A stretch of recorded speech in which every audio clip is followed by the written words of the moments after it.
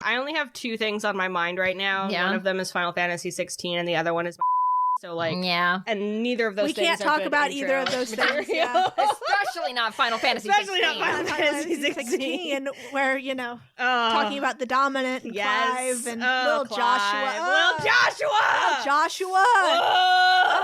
I can't spoil what happens. There's a character named Lil Joshua? No, he's just Joshua. He's just Lil. He's just Lil. He's just a little guy. He's a little guy, and you get to play as him, and you go, so "Oh no, Joshua! Why are you fighting, little child?" Sickly boy. He has to take a deep breath after every time he does his falls magic. over it. He's like, because his magic is so hard for him. Oh no! Oh god! I never would have thought of Joshua as like a Final Fantasy name. This Final Fantasy, it's crazy. The naming conventions are so fucking weird because it's like you've got characters named Sidolphus and Benedicta. I died when they told me Sid's name was Sidolphus and Benedicta, and then your main character's name is Clive, which is like, okay, that's fine. Sorry, this is not an intro. I think this could be. This could be an intro. This is Juniper and Kat are giving a game review. No, I feel like, I was enjoying... People do like to hear our opinions. I was enjoying the banter about the silly names, and we could even then segue into like... Segue!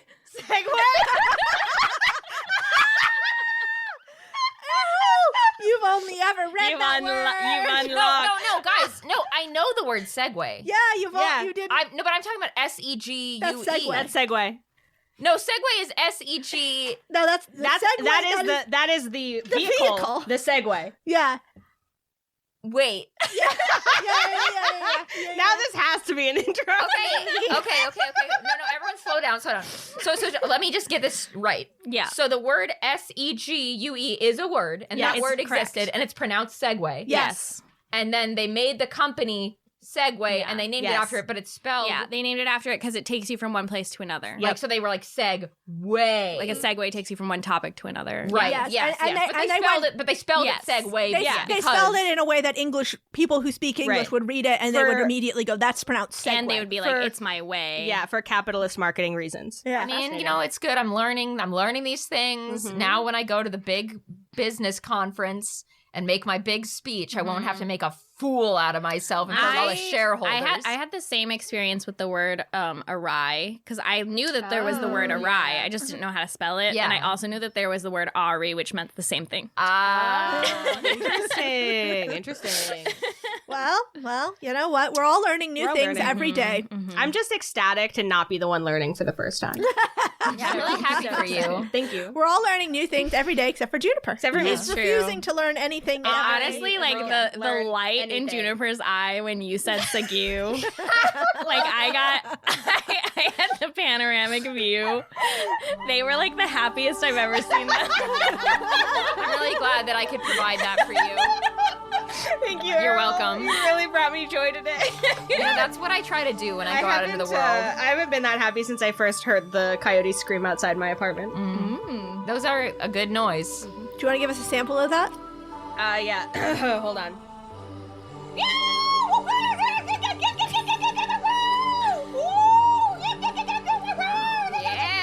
Thanks on behalf of my neighbors.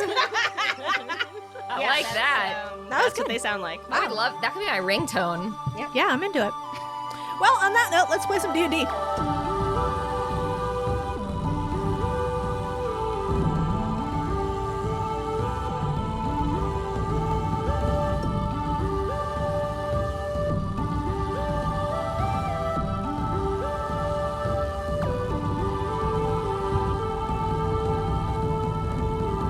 Let's introduce ourselves. Let's segue into our introductions. Yes, everybody let us segue into our introductions. Hello, my name is Kat, and I am the dominant of DMing. Whoa. People who are playing the latest Final Fantasy, they'll get that reference. Yeah. Hi, my name is Noelle, and I'm the submissive of DM. As are we all. Hi, my name is Juniper, and I am the Switch of DMing. Not true. I'm trying to make a joke. Oh, but it's not true, though. No. So, no.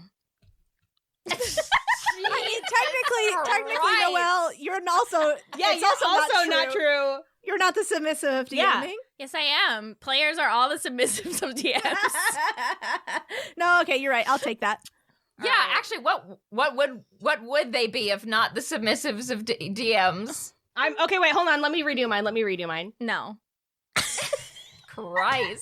Okay, clearly you're not the Clearly submissive you are of not the DMs. submissive. Actually, no, I go back. I take back my taking it back. You're still not the submissive. Yeah, my name's Lil Joshua, and I play Errol, who plays Slake, a half-orc fighter. Nice. Hell yeah. I play Fran. Oh, I play Corbin. Okay, so last time, your allies continued to pour in from all corners of the world, including our very good friends, who we all were so excited to see again, Artie, the Artificer, and also, I guess, Phelan, and also Nightblade, who turns out to be another one of Torva's children who's having herself a bit of a rebellion, and her name is actually Sam, and she's here to help under her own free will, more or less. Fran also had a heart-to-heart with Phelan, an evil heart to evil heart, and Corbin, you did the most cursed hand-holding love ritual to all of his friends, and then Mary and the Guardians had a little sleepover. And you got matching tattoos of a constellation of a thumbs up, and then Corbin, you had a talk with Sertinus, who was normal, and told you that Raskar has entered the depths, meaning the Burning Ones were almost to Essedel, and the time to strike was nigh. So everyone got suited up, they said their I love yous, and they gave their speeches and their goodbyes, and now it's time to go, go, go!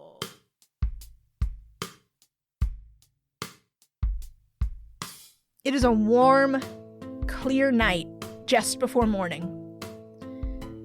As your invasion, your liberation, gets underway.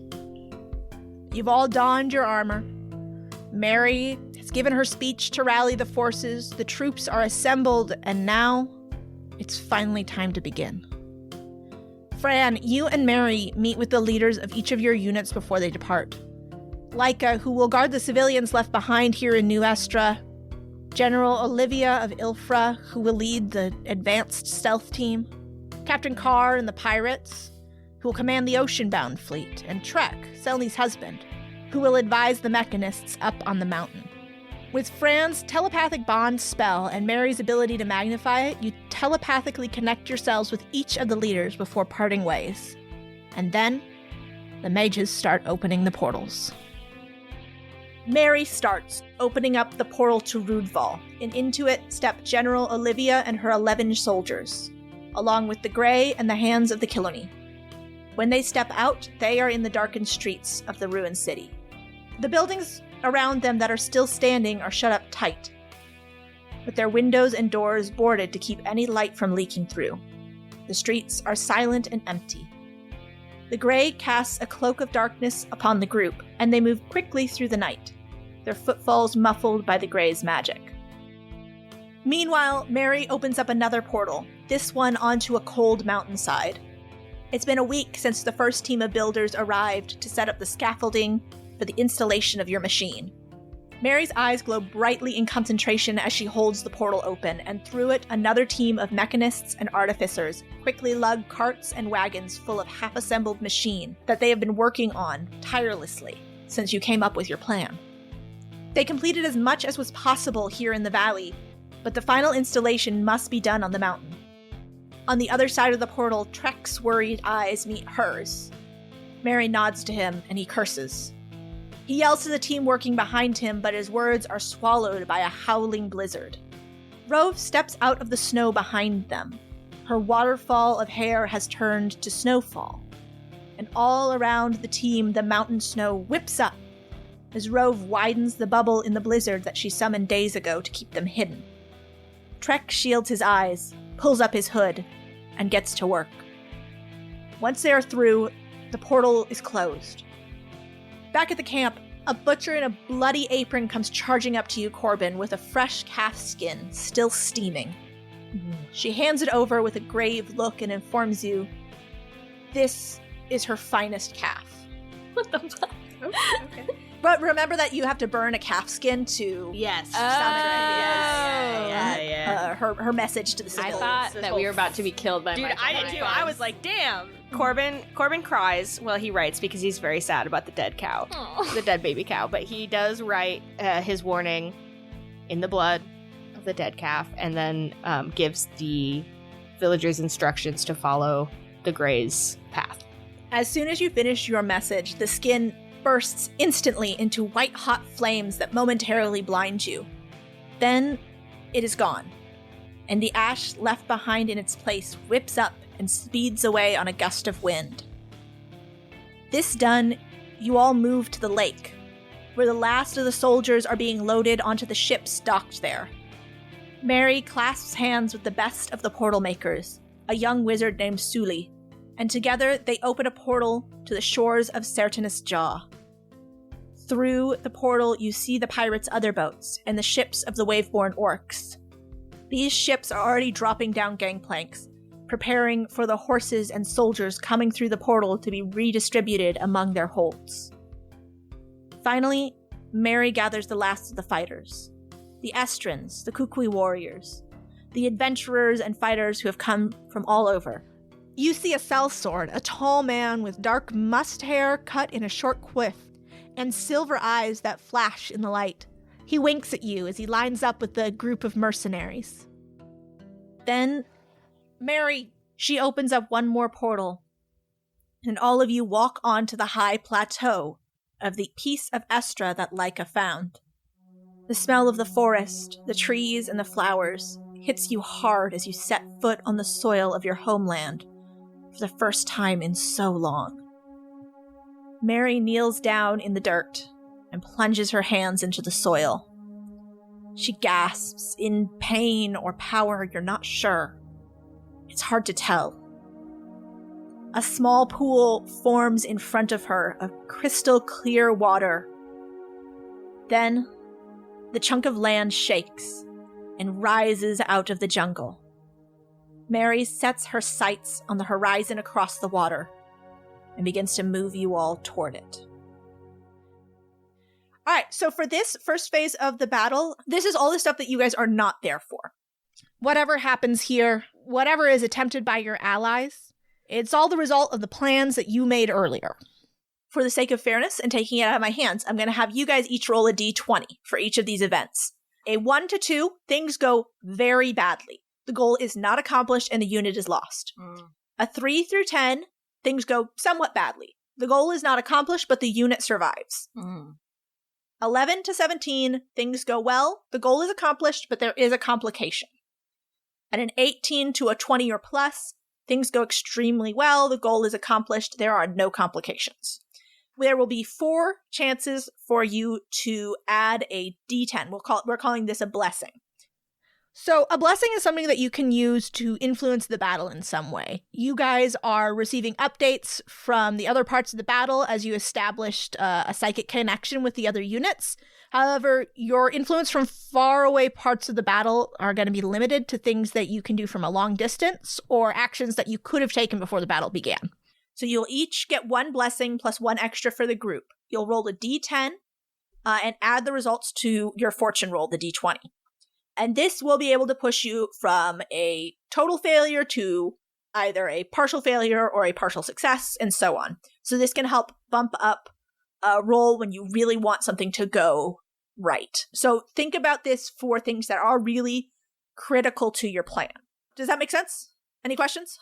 That makes sense. I mean, once we... I'm trying to think of the 4 things that are the most critical. Do we have to decide what our blessings go to before we know what the rolls are? You'll roll first, and then you can decide to add or not. It's 6 rolls and 4 blessings, right? 6 rolls, 4 blessings. Okay. Yeah. Yep.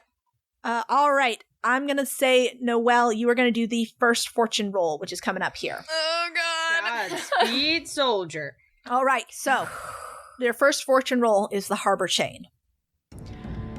So the city of Rudval, which is where the main gate down into the Dwarven kingdom of Essedel is located, and where the Burning Ones and Raskar seem to be headed, and where you've chosen to launch the majority of your assault, is blocked by a cold iron harbor chain. Torva's soldiers have stretched the chain across the entire harbor, blocking any seabound forces from getting into the city. And that includes the burning ones, who you have planned to let enter the city first. Your magic would be useless against it, but you have another plan already. You've sent in a stealth team by portal as your allies' very first strike against Torva. The stealth team, led by the Grey and General Olivia, make their way up the quay that rims the harbor, up to the hill where the glittering, cold iron chain is anchored. They come upon the soldiers you knew would be guarding this spot, and General Olivia's fighters ready themselves to set upon them. The Grey sweeps their darkness over the troops, and in the same moment, the Ilfrins attack. Torva's troops are taken by surprise, and the Grey's darkness keeps the sound of the fighting from carrying through the city. Meanwhile, Kiloni kids slip through the melee toward the place where the chain is attached. They come upon the stone edifice and see that the end of the chain is wrapped in thick straps of leather, 20 feet down from where it is wrapped around the waist of a large stone statue. Selene, who's somewhat the leader of the group, motions for the others to follow her closely. They grab the chain and try to work it free when there's a grinding noise above them. They look up and see that the statue has turned its stone head to look down at them, and it raises one enormous hand to bat them away. What the fuck? Mm-hmm. All right, Noelle.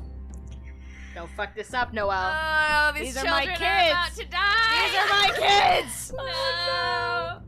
My little tummy.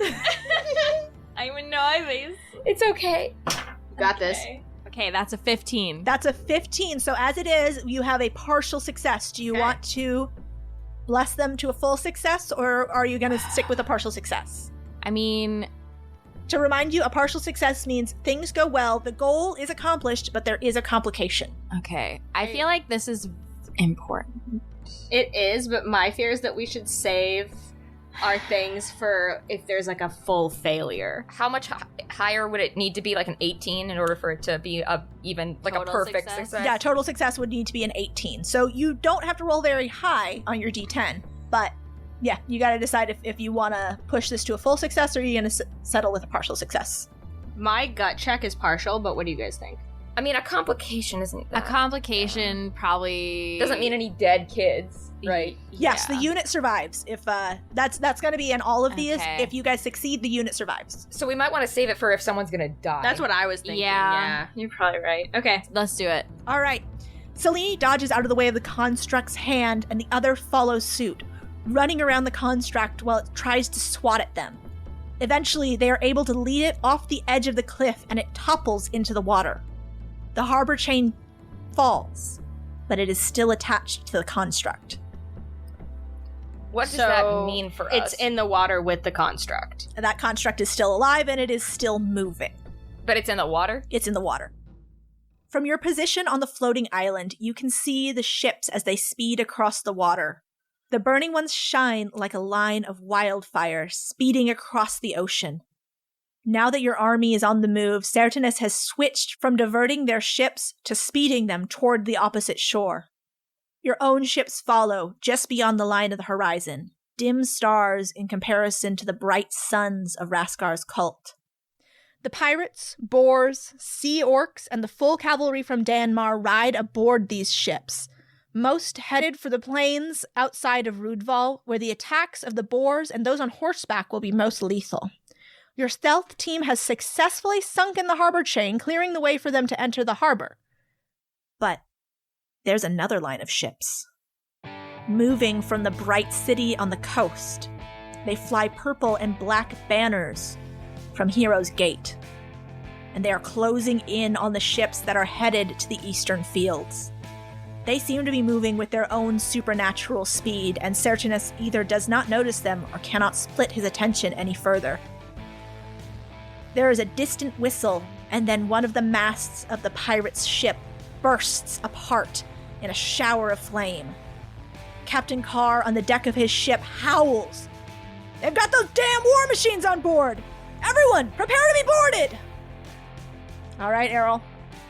Okay. See how this goes. Oh, God. I'm scared. Okay. So that is only a 9. All right, that is a partial failure. And what does that mean again? Partial failure means things go somewhat badly. The goal is not accomplished, but the unit survives. What do you guys think? What was the goal for this one? This is your ships getting to the fields with your soldiers and the boars. Yeah, we need to do it. Basically, like, the idea of this is it's either something that we can do in the moment, or it could be something that we did previously, and we're going to flash back to it. Yes. Something Okay. that you have pre-prepared that's going to save them in this moment. Okay. Okay, here we go. That's a 9! That means it's an 18. Yes, so now you have pushed this up from a partial failure to a total success. Okay. Hell yeah! All right, yes. so what sort of aid did you leave for them? What have you done that changes the situation? I mean, I think, like, to get a total success, what we would have done is sent Phelan to go to Hero's Gate and sabotage their ships. So he sabotaged the weapons, the war machines on their ships, so that they can only fire once, and then they, like, seize up and explode. Okay. All right, so after this first explosion, the pirates are braced. Everybody on the ships are braced for more fire, but it doesn't come. And Carr stands up from where he had been ducked, and he calls, "Their machines are down! Move! Move!" And as he says this, the pirates pull their ships up alongside the Hero's Gate ships, and they swing aboard, easily dispatching the troops who had relied on their superior firepower. Nice. Hell yeah. Get fucked, idiots. All right.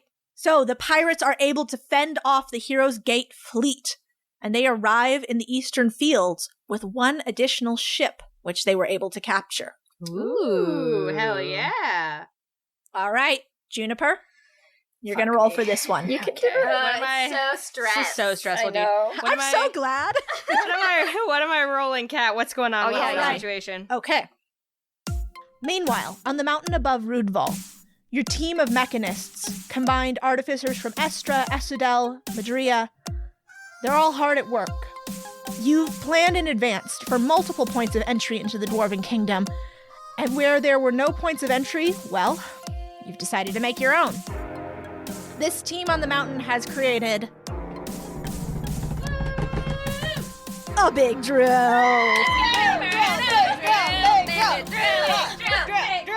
On top of the mountain, brought up through the portals, are the pieces of this enormous machine. Bigger than a house. No, probably about the same size as a house. It is an enormous, complex invention. The teams of mechanists curse while they work. Their fingers fumble in the frozen air, and their breath comes in hurried puffs of white as they move fast. Trek stares down at the piece he just finished welding with shaking hands when he realizes that it's not just his hands that are shaking.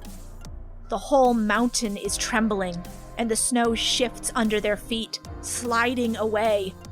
Rove, in her glacial aspect, bares ice-white teeth at the storm and plants her feet on the mountain. She holds her hands up just in time, and a wall of icicles springs forth as a giant ice worm bursts from the sliding snow. It slams into the icicles, shattering them, before tunneling back into the shifting powder underfoot. "It's triggered an avalanche," Rove says, not looking back at the mechanists who have frozen in place, pinned by fear. "I suggest you work fast. I'll do what I can." All right, Corbin. How can you give me big drill? This is the scariest. You're responsible for big drill. Okay. You can do it. You can do it. Oh no. What is it? It's a 2. It's okay. Oh no. It's okay. No. Okay, you can recover from this. You can recover from this. Now, This means that you can, at the very minimum, if you roll a 1 on your fortune roll, you will bump it up to a partial failure. So, you can't have a total failure unless you leave it as is. Okay. Yeah. I mean, we can't let big drill fail. Well, we also can't let all those people die. Yeah, that's, you know what? You make a good point as well. All right, fortune roll. We've used up 2 now. Yeah. That's a 5. That's a Nice. 5. Okay, that pumps it up to a 7, which is still a partial failure. So, that's too bad. Do they survive though, right? Yes, that means they survive. Make a drill. But so here's the thing: is if they survive, that means that there's a chance later in the battle that you can reorchestrate this. So, Rove. I feel like I've let my friend down. No. All right, but so what? You're What not sort of responsible for the will of the dice. what sort of blessing keeps this from being Okay. a total failure? Okay, I don't want to step on Fran's toes, but I do feel that being a druid, Corbin would have had reason to be able to ask the elementals to assist, because he would have known that mountain scary, big storm. Yeah. Yeah, Mountain sure. cold. Yeah, and elementals. Right. So I think he would have had the elementals go and just kind of be on call Right. for a situation and intervene, not necessarily because maybe they wouldn't want to take part in the fight, but to save lives if necessary. Yes, okay. Rove stabilizes the snow beneath their feet into a shelf of ice. But each time the ice worm charges her, the shelf dissolves back into snow as her concentration is broken and she's forced to fend off another attack. Trek sees their moment is lost and charges up to her. "We have to go! Get us out of here! We'll save what we can!" he yells over the howling wind. Rove stares imperiously down her nose at the dwarf, and then nods. The ice elementals spring forth from the snow and secure the machinery, the pieces that weren't installed on the scaffolding, but are still preserved. And then, Rove sends the entire ice shelf careening down the mountain. Your machine is not deployed, but the essential pieces are preserved, along with the mechanist team and Rove. Okay. I didn't even think about Rove. I know, right? Can you imagine if Rove fucking died? I dude? just assumed she's Rove. Like, she's fine. That could have been actually really bad because Yeah. Torva could have used her to make another dragon, possibly if he had Yeah. if he had a corpsey laying around. Oh, Yeah. little corpsey. Little Corpsey. Oh. Corpsey warpsey. Hate those. All right, back to you, Noelle. Oh, God. All right. What do I need to do? Your island of land is approaching now, and you're close enough that there is a sickening drop in your stomachs as you hear the raspy, raw scream of the rage sweep across the water. Raskar himself stands at the prow of the lead ship, a twisted figure of fury and malice. He is enormous, thickly muscled. Every inch of his skin is twisted and pale with wicked scars. The line of bright ships glows white hot as the ships themselves are set aflame and the cultists dive into the water. The cannons on shore fire on the burning ships as they continue toward the city. The warriors they carried now hidden in the dark water and making their way to shore. A shot connects with the hold of the lead ship and the harbor is engulfed in flame as the explosives in the hold are detonated. All right, let's see how this goes. Little burning ones. Of course. So I got an 18 for this. Okay. Total success. Total success. I know it's a good thing. It's a good thing. You're like, man, couldn't we have so succeeded on Big disappointed. Drill? Exactly. Yeah, that's true. I wanted to succeed in the mountains. No, sorry. These guys succeeded instead. I want to succeed in the Vossar. All right. So Raskar leaps from his ship as it explodes, rushing through the air, propelled by supernatural force. He lands on the shore and howls, "Brother, where is my son?" Ooh, drama! Family drama. Who could have done this? The cannons on shore all turn toward him, firing in a panic. But Raskar slams his maul into the ground, and a wave of force sends the blasts scattering in every direction. Fire rains down on Torva's fortifications, sending his harbor troops scattering as more warriors emerge from the bay to give chase. Yeah, buddy. Got him. All right, Fucked Torva. Errol. Oh, boy. As the attack on the city begins, the Grey, with the Ilfrin soldiers and the Kiloney kids, slip through the streets of the city. With their first mission complete, the stealth team moves on to the next task you've set them to get the citizens of Rudval out of the city before the worst of the battle descends upon their homes. The citizens, armed with the visions they received in their sleep from Pavia, are ready to move. The dark alleyways grow darker in a path that leads out of the city and into the forest, and the remaining civilians slip into the shadows. Let's see how their escape goes. Errol, give us a roll. Oh boy. That's a motherfucking natural Holy 20. shit! Yo! Okay. Damn. I love not having children's blood on my hands. All right, the Kiloney kids remember their lessons, not just from the thief, but from the trickster as well. They move through the worried crowd, telling people whatever they need to hear to keep them calm. They lie easily and convincingly, telling people that this isn't really magic that they're using. They're going to be fine. They just need to keep moving. This is an invention that they've made that uses dark smoke to keep light from entering the alleyways. The Ilfrins move people along the escape route with incredible efficiency, well practiced in moving civilians in their own besieged city. The civilians are safely hidden in the woods with the Ilfrins and the Kiloney to guide them. All right, Juniper, last one. Fuck me, dude. Okay. You can do it. So, the civilians are out. Meanwhile, the ships that you sent out continue to sail. After dropping off their cargo of cavalry in the fields west of Rudval, the line of ships sails onward toward the sheltered caldera of Onya. In addition to the main gate within Rudval and the hole you plan to bore with your drill, Onya is to be your third point of entry into the Dwarven Kingdom. As your scouts reported, the city of Onya is guarded by Torva's monsters. And so, you sent your best monster hunters to do the job. These orcish warriors from Chakal Chahar united tribes from all corners of the world. Each is expert in a different kind of monster slaying. A fiery light in the sky illuminates the ships as they grow closer, and Namavi puts down her spyglass and swears. They've got a phoenix. All right. That's a 15. A 15, that's a and partial. you can use a thingy. Yeah, and we should use it. Yeah, there's no reason not to. One. Yeah, All right, roll a d10. That's it's a 9. It's a 9. All right, that is a total success. Hell yeah! Total success. The orcs move about their ships, preparing their weapons to take on a flying beast. They've fought various flying monsters before, and they have a plan prepared. They sacrifice one of their ships, the one with a ballista mounted to its prow, and send that in first. One lone brave warrior stands on the deck, aiming the giant bolt until the phoenix begins its first swoop down towards the ship. They fire, and the harpoon sails through the air and lodges itself in the phoenix's wing.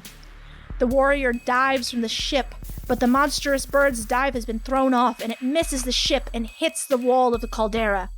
While it's stunned, the orcish warriors surround it in their boats and throw weighted nets soaked in seawater onto the thrashing creature. When the killing blow is dealt, the phoenix sinks into the harbor, and when it explodes, as phoenix are wont to do when they die, the waters dampen the blast. The orcs continue their advance into Onya, landing on the soft white sand beaches to face Torva's troops who, without the support of their monstrous bird, are no match. Ew. It is. Woo.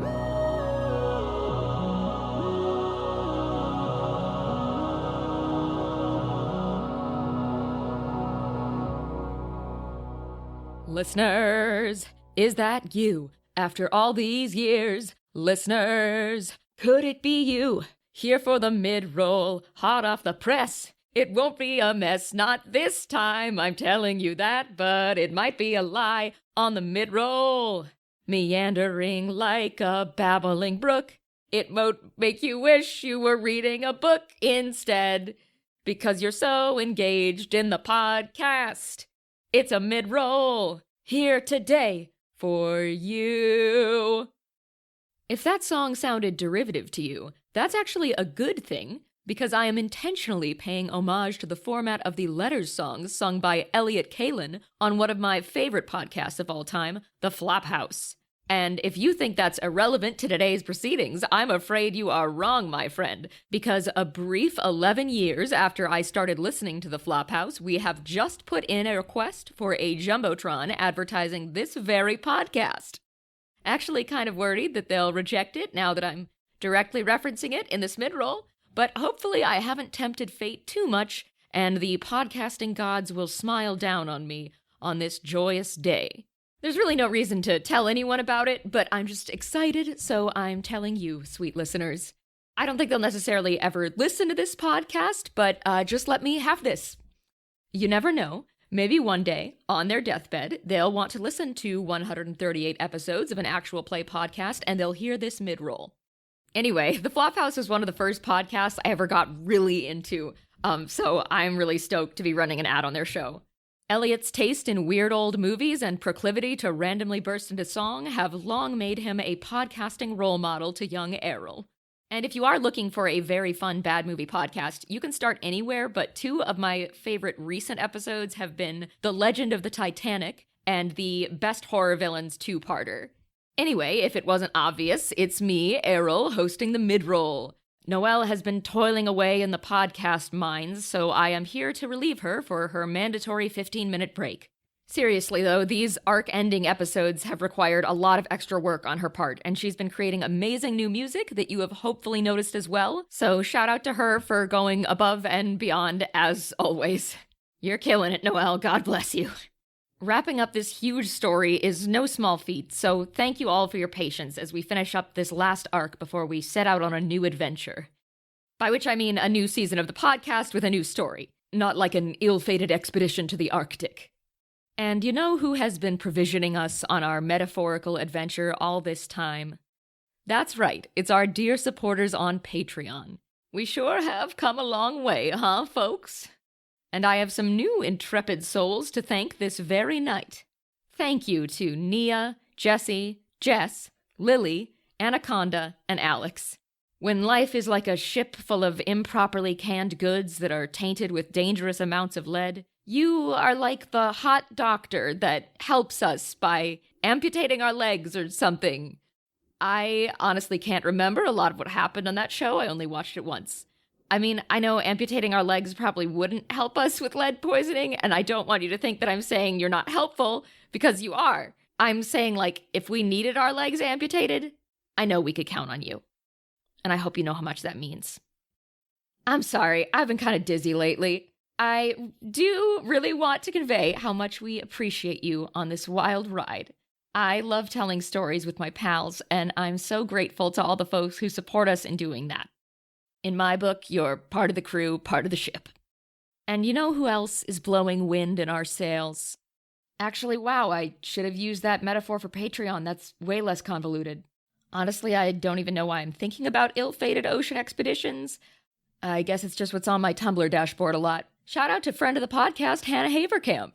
Anyway, blowing wind in our sails is good. It makes the ship go faster. So thank you to our recent reviewers on Apple Podcasts. Cassandra Lana, Junebugin13, and Names AIT for your sweet reviews. They were succulent and rich in vitamin C, like the flesh of a noble turtle that has lived for over 100 years. I have one more special listener to thank before this mid-roll is through. I hope I pronounce your name right. It's spelled Kore, so I'm guessing Kore? I am deeply sorry if I got it wrong. Thank you so much for your lovely letter and thoughtfully selected stickers. I loved the frog, I wanted it as soon as I saw it, and so I was delighted that it was addressed to me. Thank you for your support, your sincerity, and your dog pics. You have truly warmed the cockles of our frozen hearts. We love to receive listener mail, but if you'd like us to mail something to you, you can also support the show by grabbing yourself some merch from our store. The River of Lights pin and stickers that I designed for our annual gift to our mail tier patrons are now available to purchase at legendlark.store. The pin is gold and shades of purple, and the sticker features gold foil printing for that extra kick. I'm really happy with how these designs turned out, and I hope you will be too. We've got loads of cool stuff available in the store, including personal messages and ads if you want us to shout out your friend or your business on our podcast. Well, with another hinged and cohesive mid-roll nearly through, there's only one loose end left to tie up. That end being, of course, a message to Chantel. Chantel, the code word is Sir Chompington. The sleeper agent is active. Go.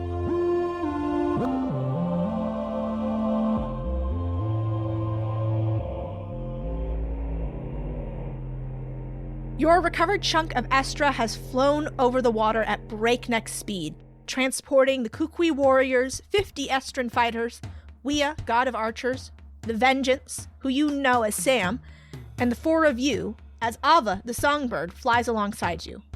The floating island now finally arrives over the city of Rudval, where Mary slows its pace to find her target. The city is a shell of what it was last time you were here, and it hadn't been in great shape then. Ahead, the first sun glints off of a cloud of snow at the top of the mountains which crown the dwarven settlement.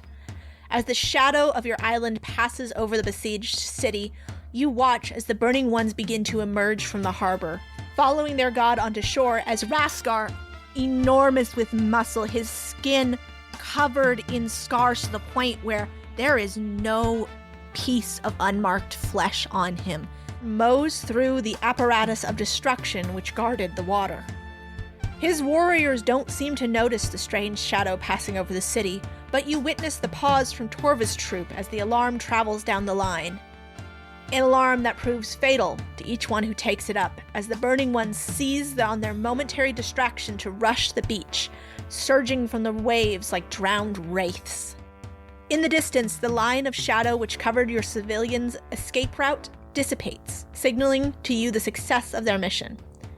Okay, so this is phase 2 of the battle. We are still going to do fortune rolls to see how much of your plan works out, but there will be some differences. For one, unless you have a total success on every roll, you are going to lose troops. We are now in all-out combat, so success is a matter of how many casualties and where. Also, for your blessings in this phase, you have one blessing left over from phase 1 that was not used. But after that, if you want to use a blessing to improve a fortune roll, you are going to have to give up your turn in battle. Okay. Oh, Okay. Or there are some other mechanics. You'll be able to send fighters who would otherwise be like with you on the battlefield, but then they'll lose their turn. So basically, you're going to have to think about how you're allocating yourselves and how you're allocating your resources if you want to affect the next fortune rolls. Okay. Unless you roll really well, and then we won't have to worry about that. I'm sure that'll happen. So the additional fighters that you guys have with you that you're bringing into the city, you've got 50 of the Kukui warriors. Their group as a whole, basically, for their hit points, I'm just doubling it. Everybody has 2 hit points. So you will, as they lose hit points, you are going to be losing fighters. Oh, like dead. Yes. Dead Zos. Dead Zos. So they have 100 hit points. Hit points. Yep, plus 8 to hit, and they do 20 non-magical damage every time. It's just flat damage. So you can slot them in either in your combat or elsewhere on the field. Then you've got 50 Estran warriors, 100 hit points.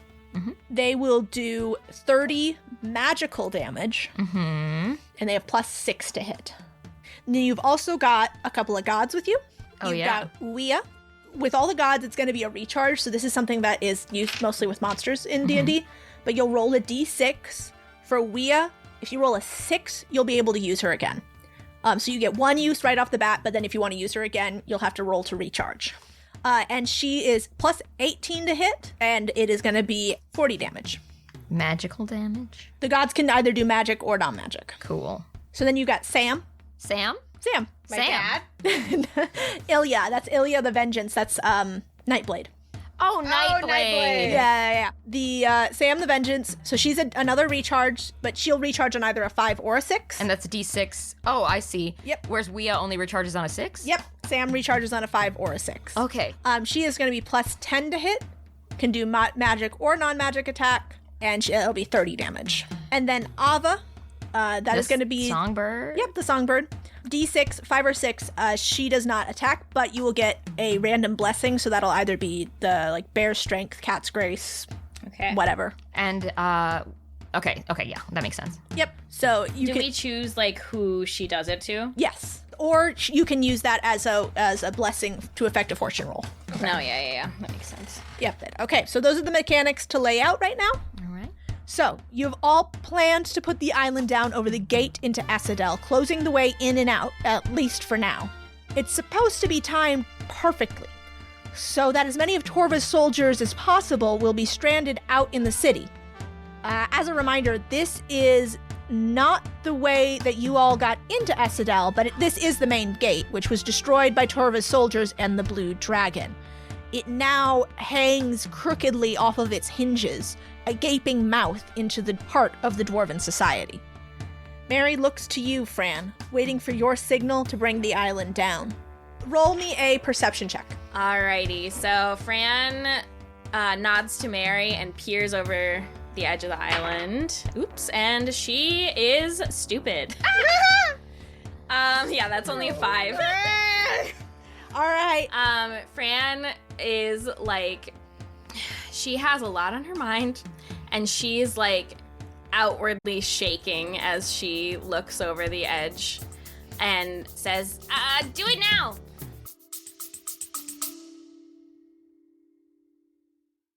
Are you suffering from high-quality podcasts? You see, quality podcasts stimulate parts of your brain, leading to an irksome condition called thinking. But suffer no more, my friend. Introducing Discount Storytime's blend of fictional nonsense and rancid gibberish to provide soothing relief. Try Discount Storytime today. Available on most podcast catchers and at discountstorytime.com. Consult your healthcare provider before listening to Discount Storytime. Not intended to treat unicyclitis, pickleball liver, or jittering expectations. Mary nods and brings the landmass down right in front of the gates of Asadel, blocking the reinforcements stationed inside the Dwarven capital, but bottling them up in there at the same time. Still, she sighs with relief and looks out towards the harbor. She then looks to you, Slake, and signs, "Okay, give Laliana the signal." You got it, Mary. Okay, I guess I get out a big wave flag that we've prepared, and I wave it around. Yes! All right, your ally, Lalina the Waves, laps at the harbor, swallowing more and more of the shoreline. The water sweeps out into the city, bringing with it more of the burning ones who dove into the harbor.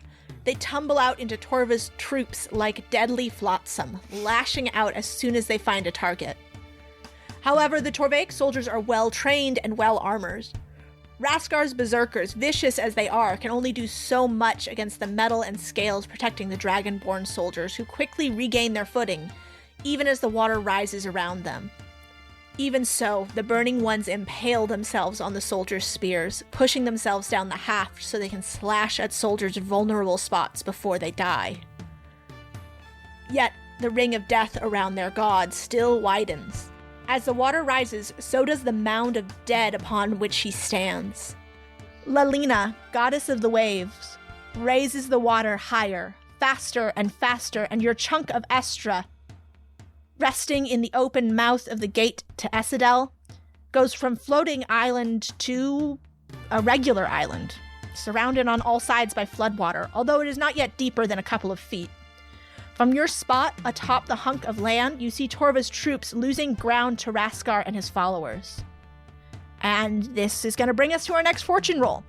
In your plans, the goddess Lalina floods the city and Torva's troops retreat back to the fields where the boars and cavalry await an ambush. But will everything go according to plan? Errol, you gave the signal, so I am going to have you roll this one. Oh, hey, that's not bad. Yeah, 17. 17? Okay, that is a partial success. An eagle-eyed soldier at the head of the fleeing troops spots a glint in the tree line, but her cry of alarm is too late as the Danmari cavalry charge across the field. Torva's troops, caught between the burning ones and your soldiers, put up a desperate fight, but they're going to be overwhelmed quickly. However, the burning ones, they don't distinguish between foes, and as fierce as they are with Torva's troops, They are exactly the same with yours. Your cavalry are more than a match for them, but the casualties will still be higher than you may have liked. And Laliana's tide brings in something else, too. From the harbor, the great stone construct which the Kiloni kids knocked into the water lumbers up from the deep. The cold iron chain is still tied around its waist, and you're able to follow the slack chain up to the other side of the jetty, where a second stone construct moves to join its sodden mate. The rising water does not slow the pair, and as the waves begin to retreat, they turn toward the western gate, following the fleeing troops toward your soldiers there. What do you want to do? So how do we want to respond to the constructs showing up and... Yes, so these guys, if they end up going after your normal troops, they will just absolutely fucking cream them. These are big boys. So we're on the island.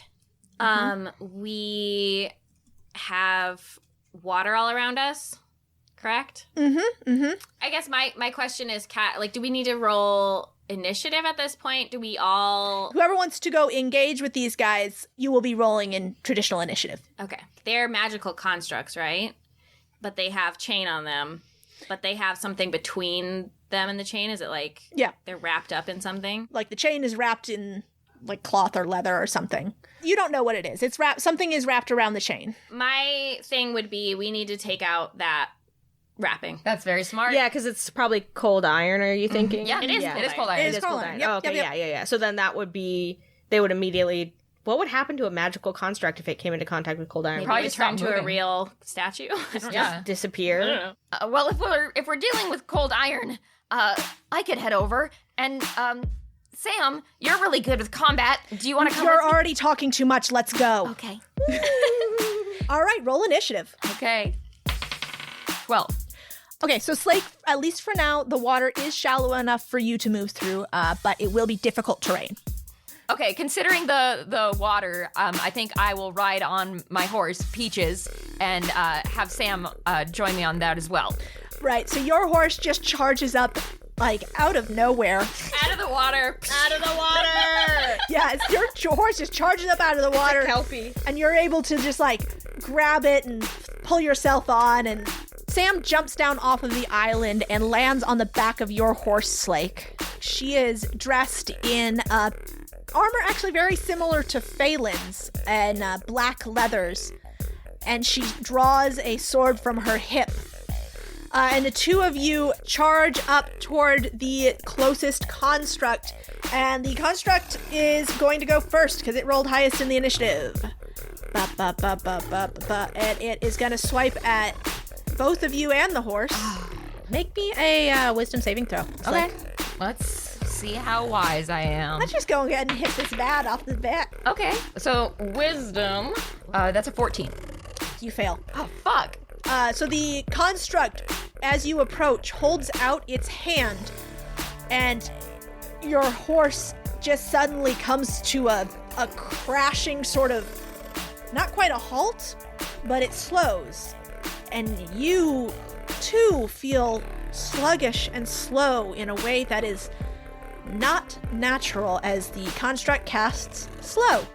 And on a failed save, the target can't use their reactions. Your speed is halved, and you can't make more than one attack on your turn. Oh, fuck. In addition, the target can take either an action or a bonus action, not both. Boo. Okay. What about Sam? Did that affect her as well? Yes, that affected Sam as well. Damn it. Yes, so now it is your turn, Slake, as you are slowed. Okay. Okay. Yeah, so for me, So that's tough for sucks. Slake. Yeah, you bad for just. Slake. I'm sorry, Slake. You just got fucked. Yeah. And is this one that, how long does it last? 1 minute or until you make a saving throw that succeeds. I'm wondering if I can try and, now that I'm closer, see what's going on with the cold iron, like, band that's around the construct. Yeah. 12? With a 12, it's still dark and there's a lot going on. All you can tell from here is it's wet.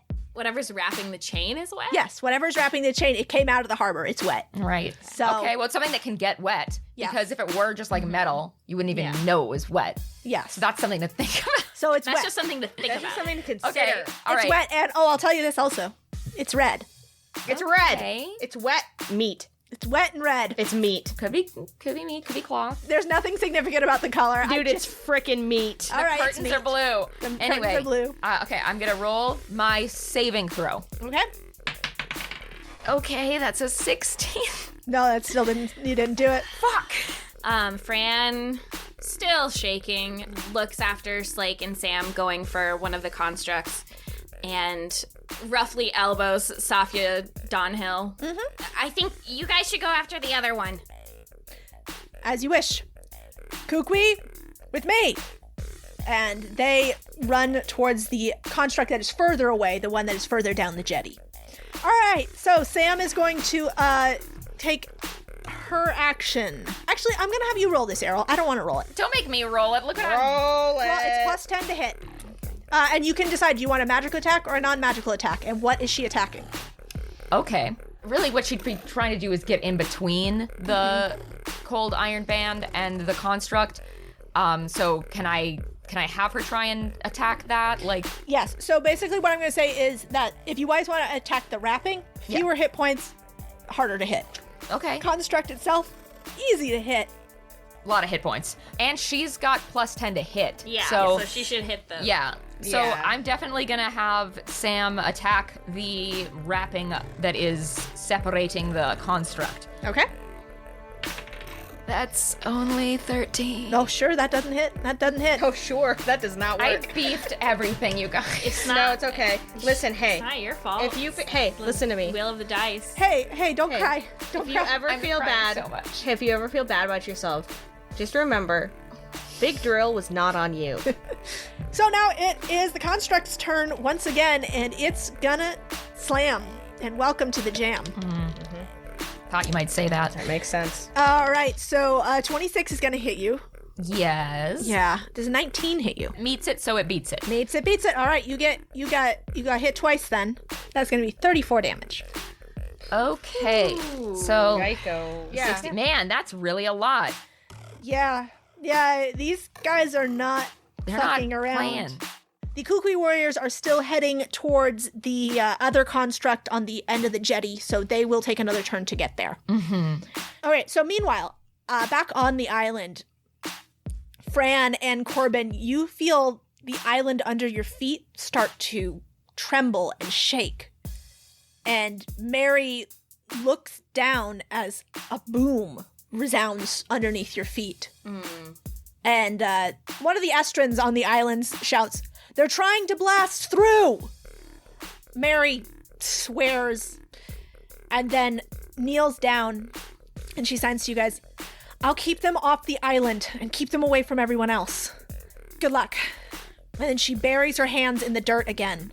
A golden shield coats the ground, protecting the island from any explosives, picks, swords, hammers that they would try and use to get through and reinforce the troops outside of Essedel. However, Mary will be occupied as she keeps this shield up. Okay. I will say, if you really need Mary, you can call for her help. There is just that will start a countdown clock of how until they break through. Okay. Okay. All right. So first, Corbin, Fran, do either of you want to do anything yet? Do you want to try to get to the construct fights? Do you want to try and reinforce the fields? How are we feeling? Wait, what are the burning ones doing? They are causing havoc. Just They are everywhere, currently okay. kind of crushed. Right, there's a pincer maneuver happening as burning ones are chasing out Torvaic troops out of the city, Right. and your troops are meeting them in the field. And then the burning ones are kind of just indiscriminately The killing. water is. Yes. So the water is still rising until you give the signal for it to start to recede. Is anybody still in the city? Yes. Right, so it's It's soldiers. just the guys you want to get rid of. Yeah. Yes.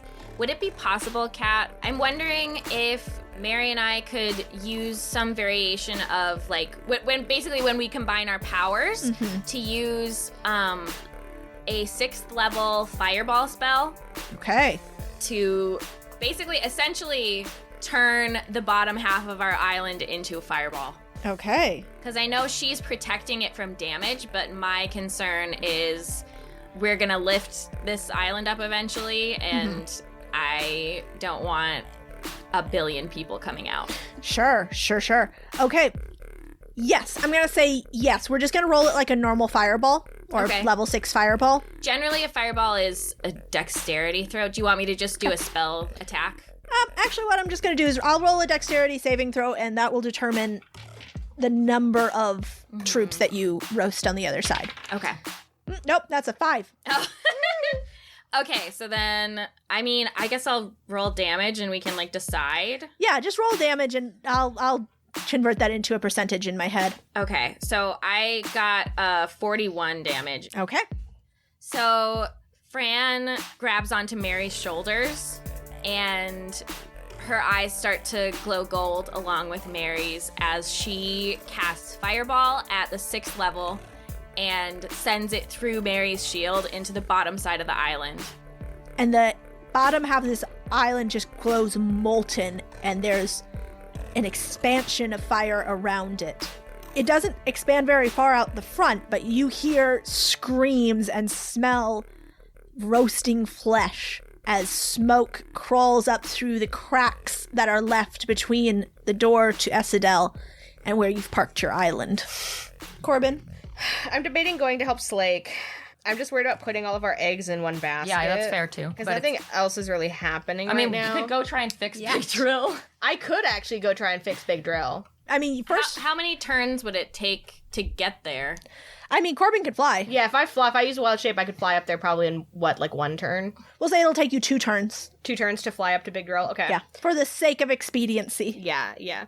Corbin looks at Slake, who just got pancaked, and looks at the soldiers down by the rock who are trying to break through, and looks at Fran and Mary, who are doing their best. And Corbin says, I know where I'm needed most. It's not here. I'm not gonna let them take Big Drill from us. Oh, thank God, Corbin. I'll save Big Drill if I die trying. You're not gonna die. No, but I'm gonna do it. Okay, goodbye. And then Corbin turns into an eagle, and he begins the arduous vertical climb of flying up the mountain towards Big Drill's location. God, that's gonna be cool. Okay. Hell yeah. All right, hold on. We don't let Big Drill go that easy. Yeah, we don't let go of Big Drill. Okay. It's the linchpin of this operation. Okay, so we are back up at Slake's turn. Right. And it is the Construct's turn again, actually. Cool. Can't wait to eat shit again. We're gonna be... Silence. You're gonna be. You're gonna be. Or you're not gonna be. Or you're not gonna be. I don't wanna be. Okay, it is gonna make 1 attack on Slake again, and that is going to be a 22 to hit. Jesus. Christ almighty, bro. Yep. It's like you're dead. Good thing we didn't let the normal warriors go up against us. And then on its second attack against you, Slake, that is only a 14. Okay, good. It only hits you once. Cool. So it is a 25 damage. Okay, I don't like that, but I accept it Okay. as reality. All right, Slake. Okay, so it's my turn. Yep. Okay. You're dying. Yeah, I'm not doing great. I'm only at a 43 out of 102. And I guess I can't really get healed. Well, Again, Mary can let down the shield. It's just gonna... that seems ridiculous, though. I don't think it's that ridiculous. I could try to take out more again, too, and then we can just let them do what they want. Yeah. And, if they take out the island for us, so sad. Yeah.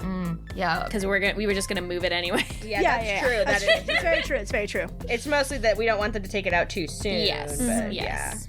I guess, I'm gonna try again to slash at that binding with the Dragon Slayer's sword. 15 to hit. No, that doesn't hit. That doesn't hit. And now I get to do at least a saving throw, though. You do get to do a saving throw. See if you can get some more attacks. Oh no, Slake, no! Oh my No. It's a 7. It's not It's a not 1. a 1, but Yeah, no. But it's not helpful. Is it Sam's turn now? It is Sam's turn, but you'll have to roll to recharge on Sam. Okay, nope. Nope. All right, nothing more for Sam. All right, Corbin, you are still traveling to the Big Drill site as it barrels down the mountain. cut to me panting as a bird with my Birds? Sorry. You are doing what? cut to me panting as a bird, using all of my exertion to fly up this mountain at top speed to save Big Drill, panting as a bird. You're moving. You're double time. You're moving. Yep. You're panting. Yes. All right. Okay. And now, Fran, what do you want to do? Fran has been watching Slake get fucking just decimated. And she kind of frowns and she says, "Okay, Mary, let's do one more blast, and then I think Slake needs your help." Mary nods, though she is unable to respond otherwise. Okay, and then I put my hands on Mary's shoulders again, and again blast a fireball through her. This time it's going to be 5th level. Okay. Let's see if these +1 boys can do anything. No, that is a 1. The 1 + 1 is a 2. They've rolled a 2. Idiot All right. soldiers. Idiot Torvik soldiers. Now let's not call people idiots for having bad rolls.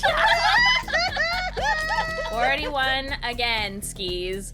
And now Mary can enter our turn thing, I suppose. After the blast goes off, Mary takes one hand out of the earth, and as soon as she does, the fiery molten lava light just goes out in a second. And then there is another explosion underneath your feet that rocks the island. And that is going to be... Okay. All right, so I'll put it like this. Fran, you feel about a quarter of the island underneath you shift away. And Fran, like, falls to her knees as it shakes underneath her. And Mary is going to go ahead and cast Healing Word at the 5th level for you, Slake. Mm-hmm. And so that is going to be 24 healing to you, Slake. Oh, that's, yes, very much appreciated. So Mary, she pulls one hand from the dirt of the island and casts it out towards you, and her golden light envelops you for a moment, and you just feel instantly less smooshed. And then Mary plunges her hand back into the dirt in order to maintain the shield on the island.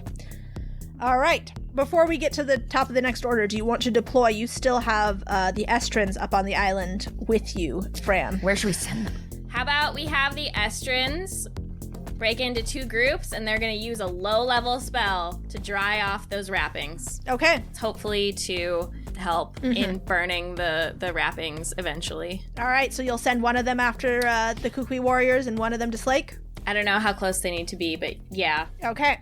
So, basically what's going to happen, if you're splitting them up, then they are going to be, basically just all their stats get halved, so they get +3 to hit. Okay. And they'll do 15 damage. Okay. All right, so you send out the Estrins, so they will slot in at the end of both those turns.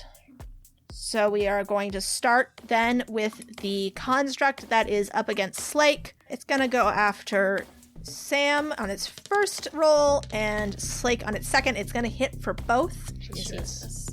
And that is going to be... Oh, just a baby 16 damage. Okay. It could be worse. Could be better. All right, so Sam's taken a hit, and now the Estrins come charging in to help with their attack, and they are going to roll to hit. Slake, why don't you give me a roll?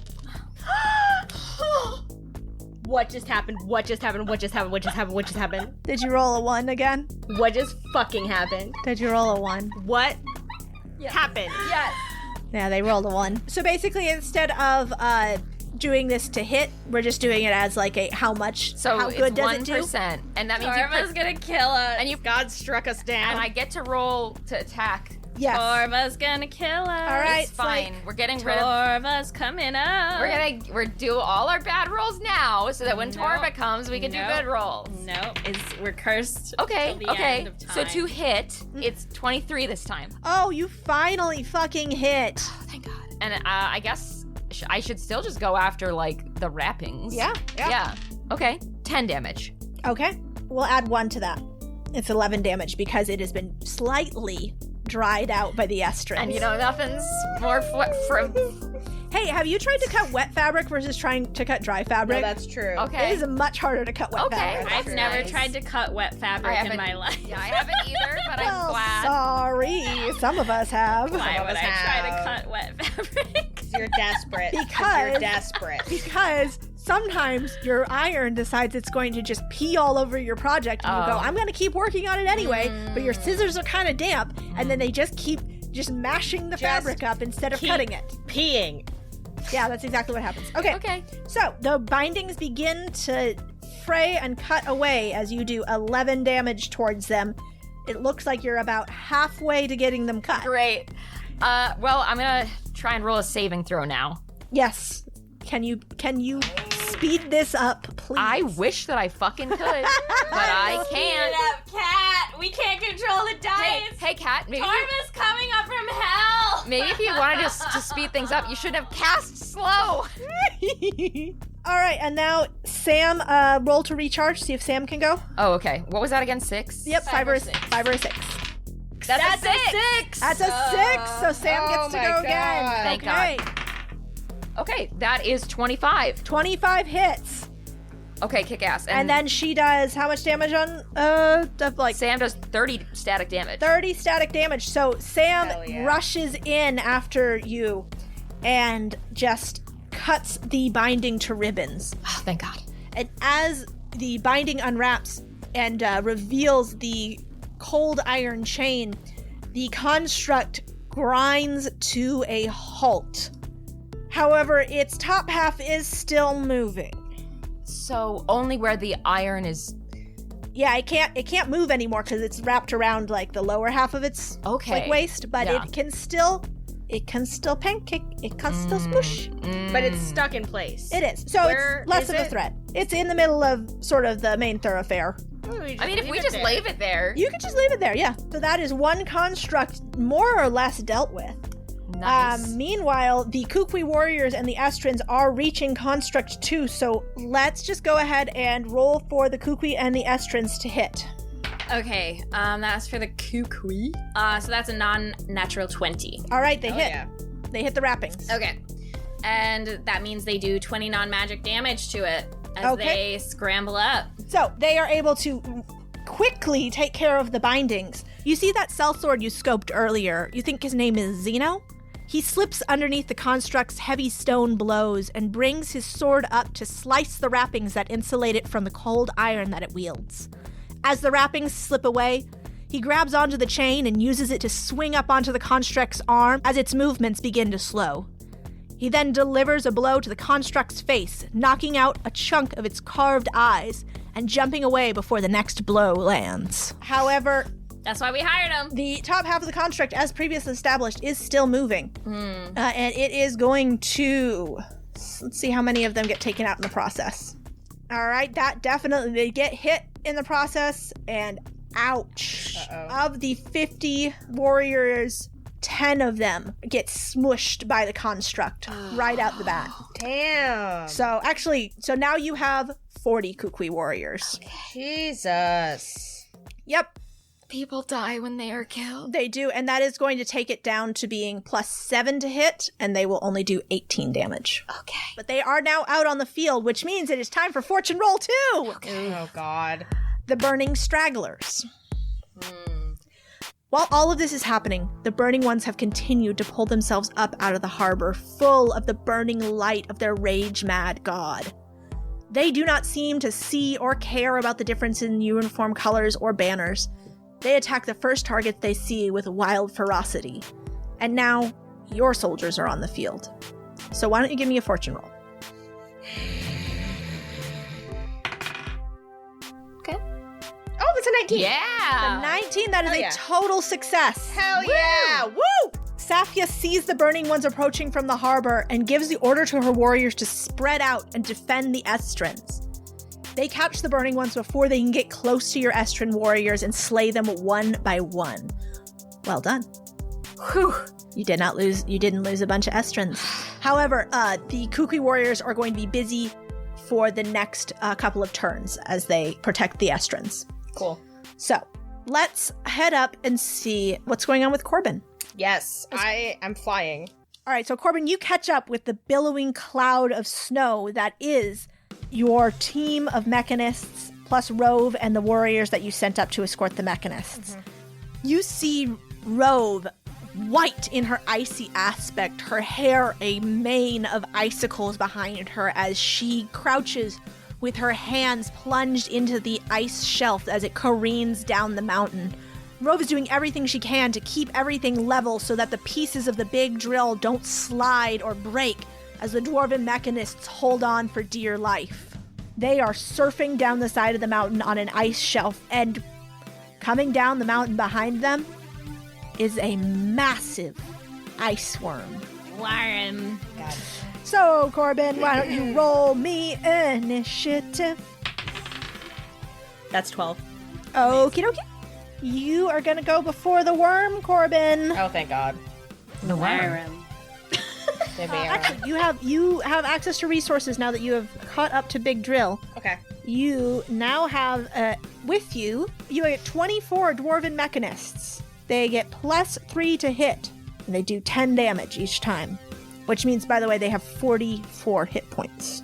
You have 50 magic Estrin fighters, +6 to hit, 30 damage. Okay. You have 50 of the Madrian warriors, +8 to hit, they do 20 damage. And then you have Rove, who is a d6 to recharge. A 5 or a 6 will recharge her. And that's 15 to hit, 30 magical damage. What are you going to do? How big, like how wide is the worm? It is gargantuan. What is, like, is it, Like a house? is its head, like, if it's coming at me in width, is it wider than 5 feet? Yes. 16 squares on the grid. Christ almighty. So, and a grid is 5. So yeah, it's quite big. Okay. Bigger than a house. Okay, So, so Got any salt? I'm gonna get as close as I can as a bird, and then turn back into a boy when I land. And I'm sure they love. I'm sure they love that. And I want to try and get.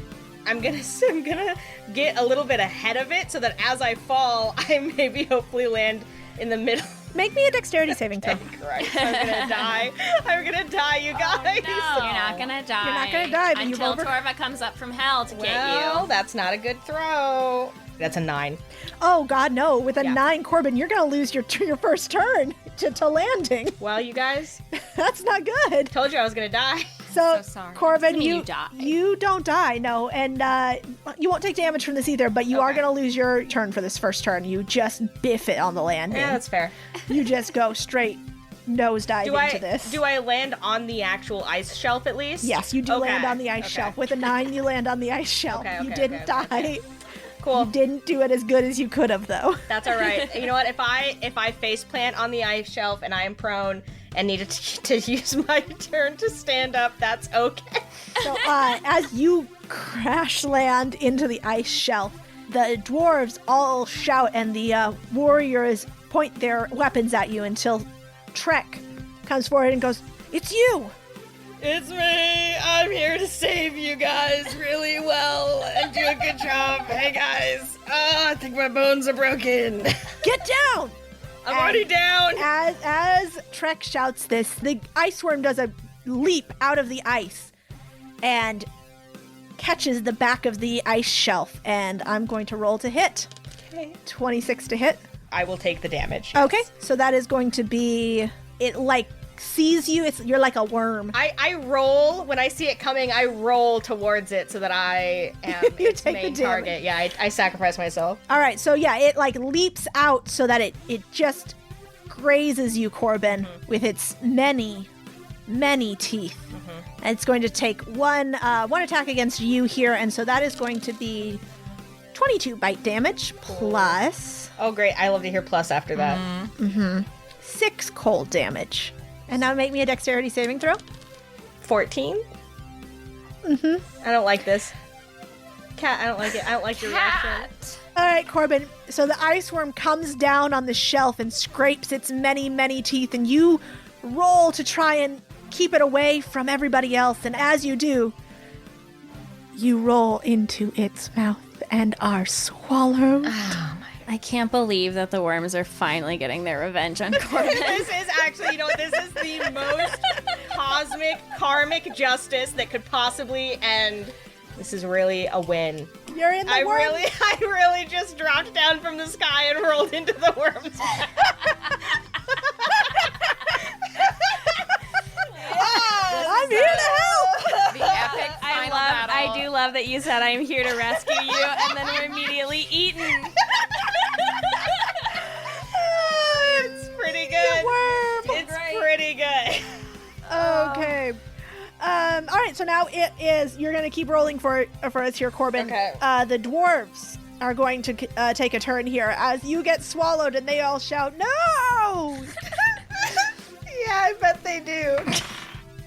I don't know that 7 is going to really do it. No, nope, they don't. Yeah. Okay. They don't hit. Okay. And now it is going to be the Estrins doing magical damage. That's 19 plus 6. So Okay, that's they a hit. 25. Hell yeah. They hit. 30 magical damage, beach. Okay. Next up is the Madrians. Okay. That's a 19 plus 8. Okay. They hit. 20 damage. Okay. And now Rove is, for the moment, busy holding the ice shelf together, so she will not have a turn. So Okay. let's check back in with Fran. You've got 2 constructs that are immobile, but still squishing. And then there's the battle outside the city, which is going well so far. And the island is currently protected by Mary still, so you're good there. Is anyone left on the island? No, it's just Mary and Fran currently. And Wea. Yep, and Wea is with you. And we're using the island to block the passage. Yep, Corbin is currently engaged in the worm. Okay. And then there's also just there's just fighting going on in the city as well. Is the city as flooded as it's going to get, or can we take out more soldiers if we let it flood more? I think it's as flooded as you're going to get from fleeing soldiers. So then we wanted to use Lalena's wave powers to wash out people who are floating around. Yeah. As much as possible. So I want to send up an illusion of like a whirlpool, like a toilet flushing, like water going away high up into the sky where Lalina can see it, signaling her to wash everything out of the city that she possibly can and give us better terrain. Okay. I'm going to have you go ahead and give me a fortune roll. Okay. And we'll see how many of them get washed out. That's a 17. That's a 17, so that is going to be a partial success. So, the fighters that are still in the city, both the Burning Ones and Torva's troops that are either unable or unwilling to get out of the city, are pulled back as the tide suddenly and violently pulls itself to shore. Luckily, most of your Estrins and Kukui warriors saw the signal before the waves began to recede, and they are able to keep their footing. With that, you will lose, I'll say, another 5 each. For right now, that's not going to affect their damage or anything. Right. So you will lose some of your Estrins and some of your Kukui, as it was not a total success, but most of them are prepared and manage to find something to hold on to as the tide violently pulls soldiers and Burning Ones out of the city and into the harbor, where they are at the mercy of Lalina and her far more terrifying brother, Certinus. I have a question. Yes. And it's a question I know that I'll regret asking. Yeah. Why don't you keep it to yourself? But I love that you're asking it. Please ask it. You've already started, and now I know that you want to ask a question. You can't take it back. Can't take it back. You gotta ask. It's too late. It's too late anyway. It's fine. Where is Raskar? Don't worry about it. We can't see him. Clearly He's lost we are among not them. meant Was to know. standing on a pile of guys. Yeah, Standing on a pile of dead bodies. That last you saw him, he was on a pile of dead bodies. You have since lost track of him in the melee. Okay. Got it. Okay. Listen. All right. That's a fine answer. For now. For now. For now. For now. I mean, that's the best answer I could hope for. Yeah. Yeah. Not What was Kat directly on gonna top say? of- He's dead. Yeah. He Well, died off screen. I was got behind Stung you. by a bee. behind you. That's what I'm saying. Like, Yeah. that's why I'm saying it's the best possible Yeah. answer. Like, I don't know where he is. That's fine. Yep. He died off He screen. can't hurt me if I don't know where he is. If I can't see him, he can't hurt me. He's not on not screen real. yet, so he can't hurt you. Yeah. Okay. So that was Fran's turn. Unless there's anything else you want to do, Fran. I'm gonna say to Wea, Mm-hmm. protect Mary. I'm gonna go help my friend. Wea nods to you and takes up a guard position in front of Mary. Okay. And I nod to her shakily. How am I gonna get there? Inside a worm. I've got it handled. He's How am only I gonna ate get to half Big my Worm, HP. though? Can you Like, turn what into am a I fart cloud or something? Yeah, but like You I move slow as a fart cloud. Oh.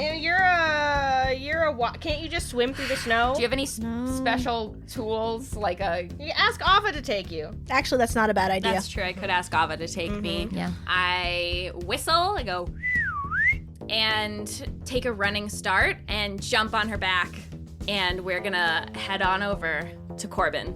All right, you will pop in on the next turn on Big Drill. Okay, Slake, Okay. it's you. It's the Kukui Warriors. It's some of the Estrins. You've managed to hang on as you were almost washed away. And you still have a construct in front of you that is full smushin' power, 0 locomotive power. Yes. So I'm thinking it would be a good idea for all of us here to flank it. Okay. And the other thought I'm having... Now, their spell on me is still in effect. Yeah, you are. Yeah. Or do you think it's a waste of time to be fighting? Well, then again, if I kill it, it does end the stupid fucking spell. Yeah, Yep. That's worth exactly. it. Yeah. That's worth it. Okay, so remembering that stone constructs are only vulnerable to magical attacks, I think I'm going to switch to the Rapier of Wounding that Zayroth gave me. So let me, I guess, give that a try. So that's only 14 to hit, so I'm going to use one of my maneuvers. So that's precision attack. Okay, not bad. So that's an 8 to add on to the 14. That'll hit. Hell yeah. Hooray! And the thing about the Rapier of Wounding is that it does... Once per turn, when you hit a creature with an attack using this magic weapon, you can wound the target. At the start of each wounded creature's turn, it takes 1d4 necrotic damage for each time you've wounded it. And it can then make a DC 15 Constitution Oh save. yeah, that's why this sword is cool. It's because it starts to like build up. Yeah. Right, so that is 7 damage. Okay. And then on its turn, it's gonna take 1d4 and then make a saving throw. And then I need to make a saving throw. Yes, make a saving throw. Let's see if you can get some more attacks and become more effective again. So that's a 6. You are still slowed. Damn! Okay. Slake is overwhelmed. They Slake- cannot feel wisdom. No. You went to help the wrong fucking person. I'm fine. All right, but you also do still have Sam there to help you. Oh, yeah. As well as some Estrins. A That's five? a 5 or a So- 6 on Sam, so she is recharged. Okay, cool. Roll to hit with Sam. Yes. Okay, so that's 20, non-natural. Okay, that hits. Cool. 30 damage static for her. Yep. All right, so the construct was momentarily stunned by the chains wrapping coming unraveled and it being exposed to the cold iron and stopped in its tracks, but it has recovered enough to start slamming once again. And I'm behind it. All right. So I'm safe. Yep, so it's going to be attacking Estrins and Sam here. Oh, never mind. I feel bad. No, you're safe. No, you're safe. You're safe, Slake. No, you're safe. You're Don't safe. feel bad. Don't You're feel safe. bad. The Yeah. Estrins aren't real people. They're They're not just real, you're numbers. safe. Yeah, but they're real, you know. No, you're there's safe. consequences. Yeah, they do all have Story. families and stories, and they're all survivors of a terrible tragedy that are putting their lives on the line But to the save important you. thing- But the important thing is that you're safe. Anyway, it rolled a 2 against the Estrins, so you're fine. All right, it is going to hit Sam, though, and Sam gets absolutely smacked. Oh, no. And she goes sprawling. Okay, what is the wounding damage? It's literally just 1d4, but they build up. Okay, so that's 3 damage from the sort of wounding effect. Okay, beautiful. All right, and now the Estrins do get a little attack, a little baby attack. So give me a roll. 19 plus. Whatever, it hits. Yeah. Okay, so that hits the construct, and their magical attacks begin chipping away at the stone and crumbling it to sand. Okay, and now, Corbin, It's me. you're in the guts of a big, big worm. I'm in the guts of a big worm. In the guts of a worm, in the guts of a I'm in the worm. guts of a worm, in the guts of a worm, in the guts of a big, big worm. Okay, All right. Corbin, Yes. you are in the worm, so you are blinded and you are restrained, but you also have total cover against attacks. And you have disadvantage. On attack rolls? Yeah, on attack rolls. Okay. I'm going to cast Blight. I'm just going to cast Blight. Just blight it. I'm just going to blight it. Just blight it. I'm simply going to blight it. At the 5th level. Okay. That it needs to make a Constitution saving throw. That's a 7. That is not it. It's gonna die. Hit him. I hope. And that is 38 necrotic damage. 38 necrotic damage. All right, that is enough that you gave it some indigestion. And the worm retches and barfs you right up. Nice. Hell yeah. Hell yeah. Although you were safe in there. I was. But you know what? If things look bad, I'll just roll into the worm's mouth again. But ships are not meant to stay in harbor. So, you know what? You really changed my life. Corvins were not meant to stay inside the guts of a worm. Corvins were not meant to stay inside of worms, but ships always return to the harbors at which they are docked. Okay. And Corvins always return to the worms at which they are hungry. So, all right, Corbin, you are barfed up by the worm and it spits you back out onto Rove's ice shelf. You roll to a stop. You are prone. You are covered in icy guts. Everybody stay calm. I'm here to rescue you. All right, now it is the worm's turn again, and the worm lets out a trill. Cute. It is a haunting. It emits the haunting cry. Very cute. Every creature within 60 feet of the worm must succeed on a wisdom saving throw. Corbin, how wise are you? Pretty wise. Can I Foley the trill? Yeah. Yep. That's beautiful. Thank you. Great trill. Thanks, everybody. Great, Okay. great Foley work from everyone today. Thanks. Okay, I'm not gonna use that fucking sick-ass, I shitty-ass love that dice. we're all sharing one dice. We're like, it's not even doing that well. It's doing okay, which is better than the other dice We're are like doing. the 3 fates with the 1 eyeball. Wisdom, you said, right? Yeah. Wisdom, okay. Yeah. And that's a natural 20. So... A get waste fucked. of a natural 20. What's up, worm? All right. so- Corbin jumps to his feet and, like... He feels even better than He feels usual. amazing. He spins around and the gut chunks fly off of him. Well, you don't jump to your feet because you're prone. I know, but like that's what he He thinks. break dances on the ground. He's prone, but in his mind, that's what he's. All right. So you are not stunned. Okay. No, that's fine. Cat. That's fine. You're not stunned. Whatever. okay, you can It's be fine. jealous It's fine. that I You're was not breakdancing. You're not. Fine. It's fine. Anyway, you're gonna get bit again. Wow. Okay. Wow. All right. It does another big leap and it rakes its teeth across the ice. Let's see if it hits you, Corbin. Yeah, that hits you. That's a 31. All right. So that is going to do a nice little 29 damage to you. Mm-hmm. And then it's going to do another 13 cold damage. Mm-hmm. 29 plus 13. Jesus. Yeah. I have 12 hit points left. Can you heal yourself? I can. Yeah, I can. All right. So that's that. And now we've got some damage to do from the dwarves, Estrins, Madrians. Okay. The dwarves and their guns. And if you want Rove to stop moving the platform, then she can also take a turn. But the ice worm would just run into us. Yeah, it would. It would be a hurt. bad idea for that to happen. So Yeah, it's but I not- wanted to give you the option to have No, the bad and I idea. appreciate that. I appreciate that, Kat. I'm sorry, I need to tempt you. Okay, that's 19. Okay, that hit. Yeah. Okay, cool. For the dwarves, so that's 10 damage from them. Okay. All right, 10 damage. Beautiful. Kat, can I have the Estrins heal me instead of attack? Yes, I'll allow it. Oh, because shit. I should have been fucking doing that.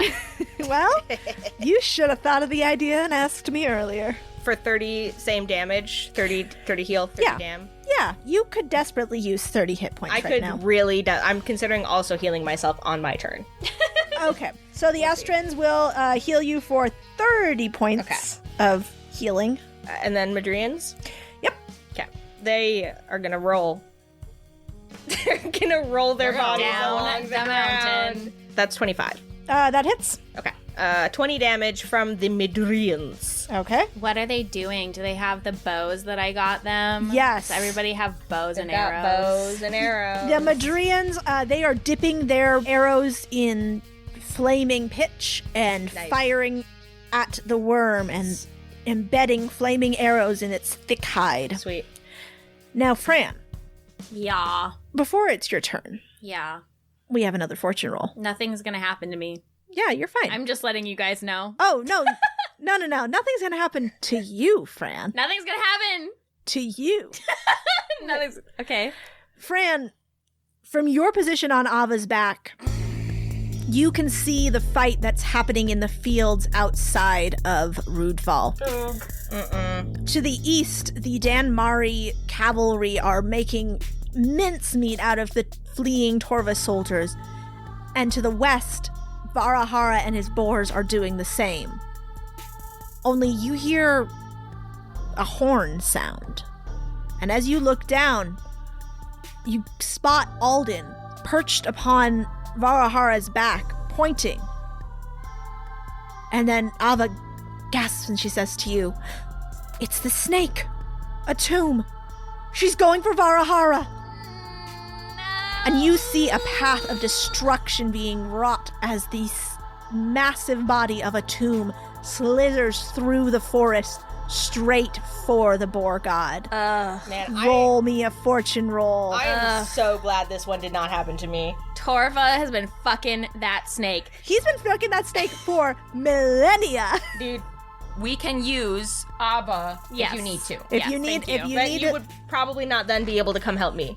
Well, But I'm doing fine, so you really don't need to. If anything happens to Barahara, I'll kill everyone. I would rather die than let something happen to Varahara. literally, I can just see Kat writing her stupid little notes being like, what's gonna hurt them the most? Exactly.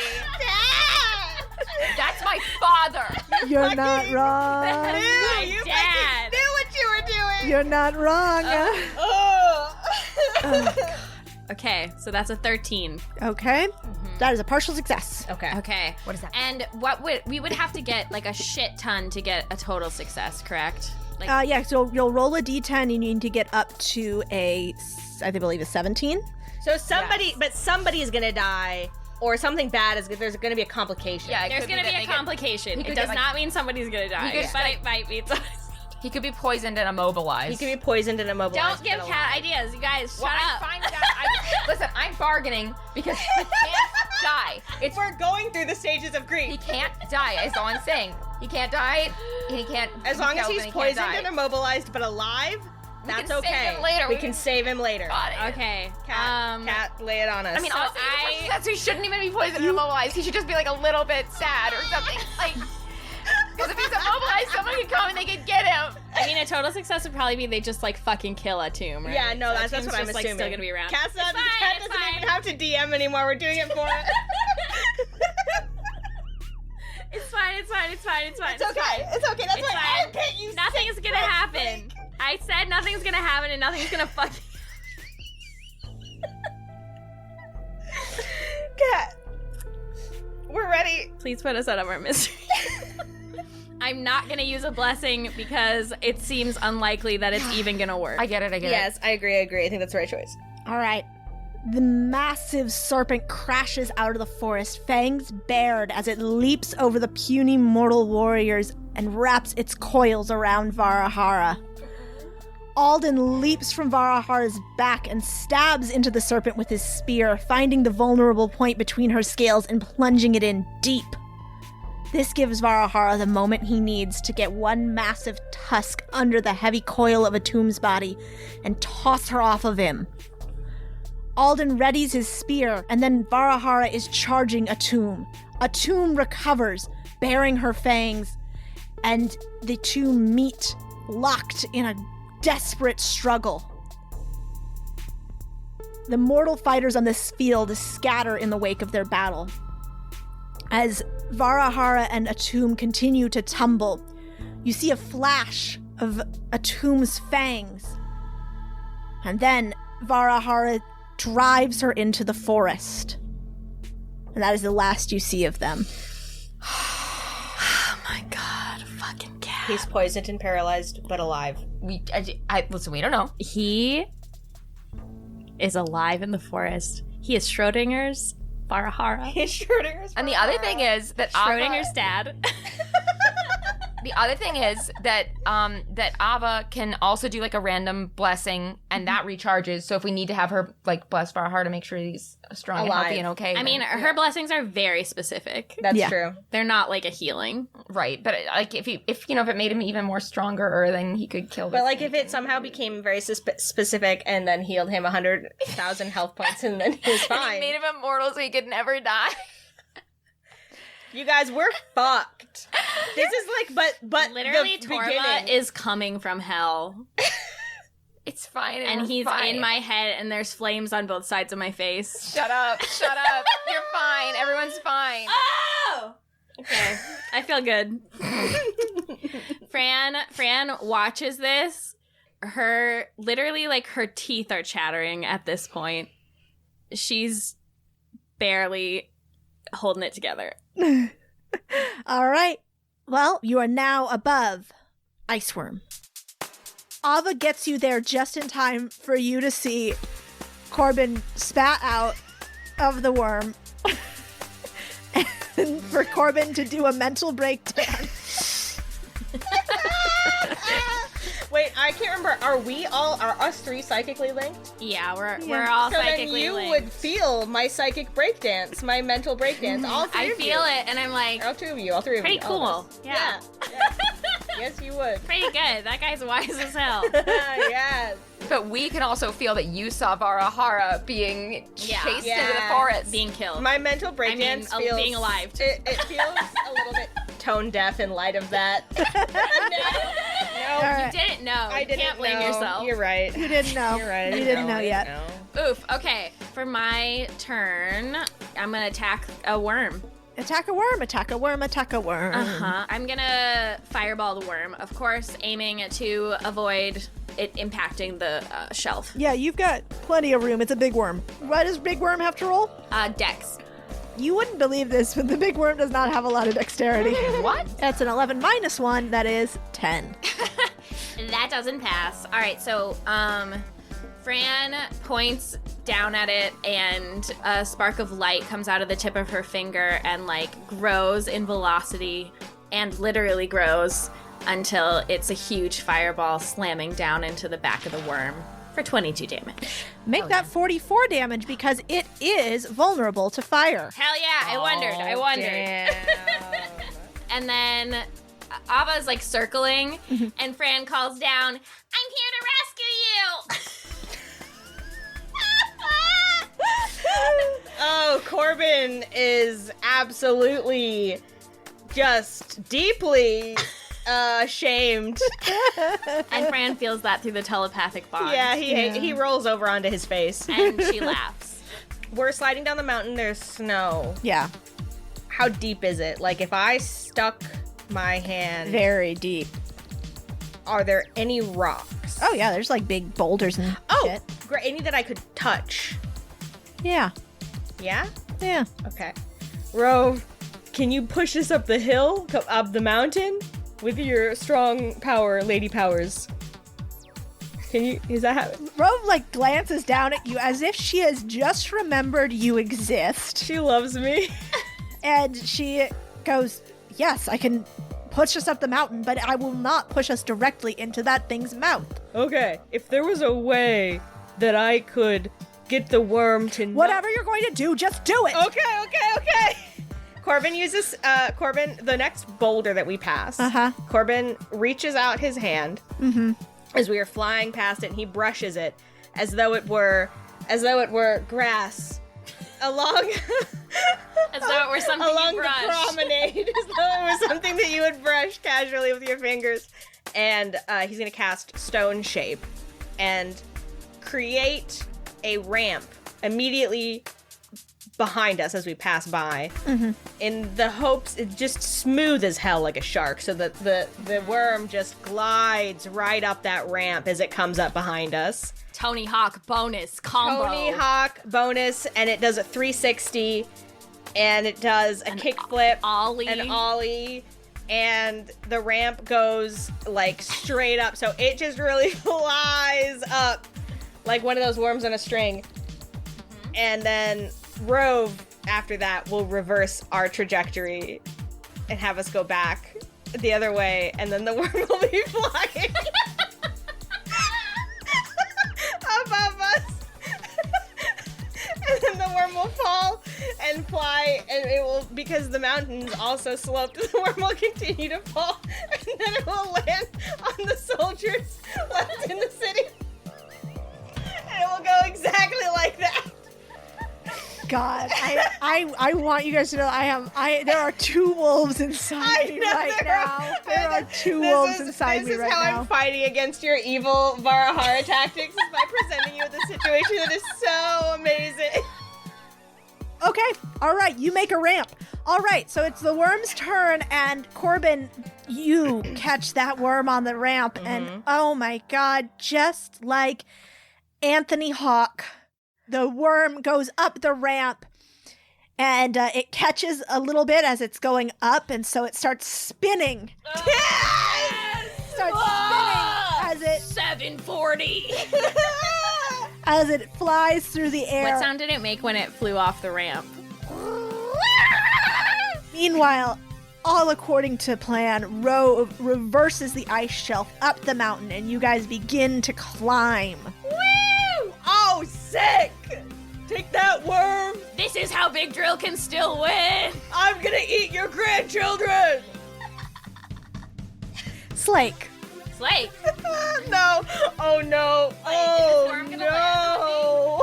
Am I being landed on by Slake, worm? you feel the ground rumbling, and when you look behind you, that cloud of ice and snow that's been barreling down the mountain has suddenly gotten a lot closer and is moving a lot faster. And then from it you see